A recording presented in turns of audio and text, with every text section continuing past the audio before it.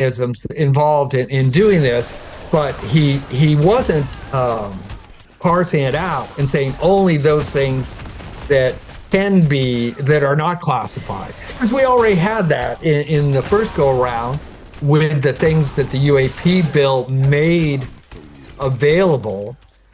They asked the National Archives to release everything they had on file. And again, here he's asking all relevant, agencies, which would, so some people say, well, that doesn't mean that some aerospace contractor will release what they know. Yes, if they're subcontracted by the federal government needs to release the files. Yeah, we gave this UFO to Lockheed Martin or whatever, and this is what they're doing with it. And there is information like that available. I don't have the number written down now, but I've spoke about it on my last interview with Richard about the contract between Bigelow Aerospace and Lockheed Martin, which we got through the Freedom of Information Act, and it specifically calls out the description of the materials, the UFO materials that they were transferring to Bigelow. It's not,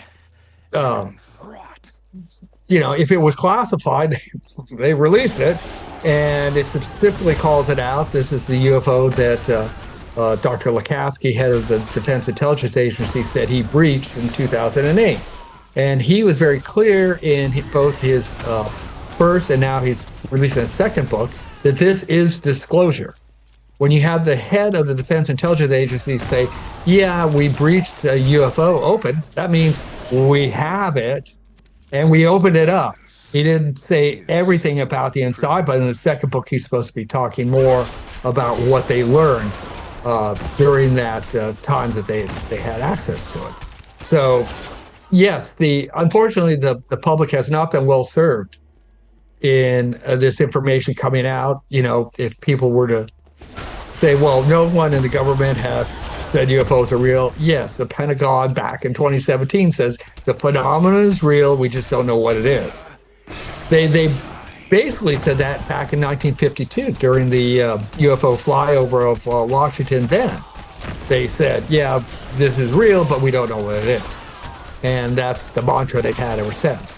But this new revelation is very important, and I feel that it gives a green light to embolden things like the Senate Select Intelligence Committee to release what files or summaries they have on the legacy whistleblowers' testimony to criminal activity within these programs.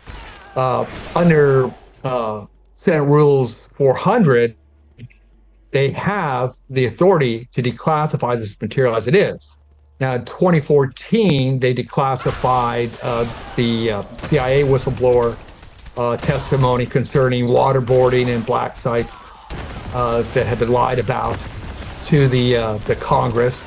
And the president at that time, President Obama, approved that. Now, they don't need to have approval if the president objects to them declassifying something. They simply move it to the full House for their vote, and if they vote to release it, they can release it without the president's permission. But in that case, the president approved. Now, in 2018, the House Select Permanent Intelligence Committee released a memorandum concerning the Russia investigation, interference investigation, and the president objected to that. And that was a contentious matter, but it was finally released. So now the president says, yeah, release hounds, basically. The Senate Select Intelligence Committee should feel emboldened, and when they meet next Tuesday at 3:30, they should begin releasing a summary of what they've learned about these criminal activities. And I want to be specific about that, because this harkens back to Iran-Contra, that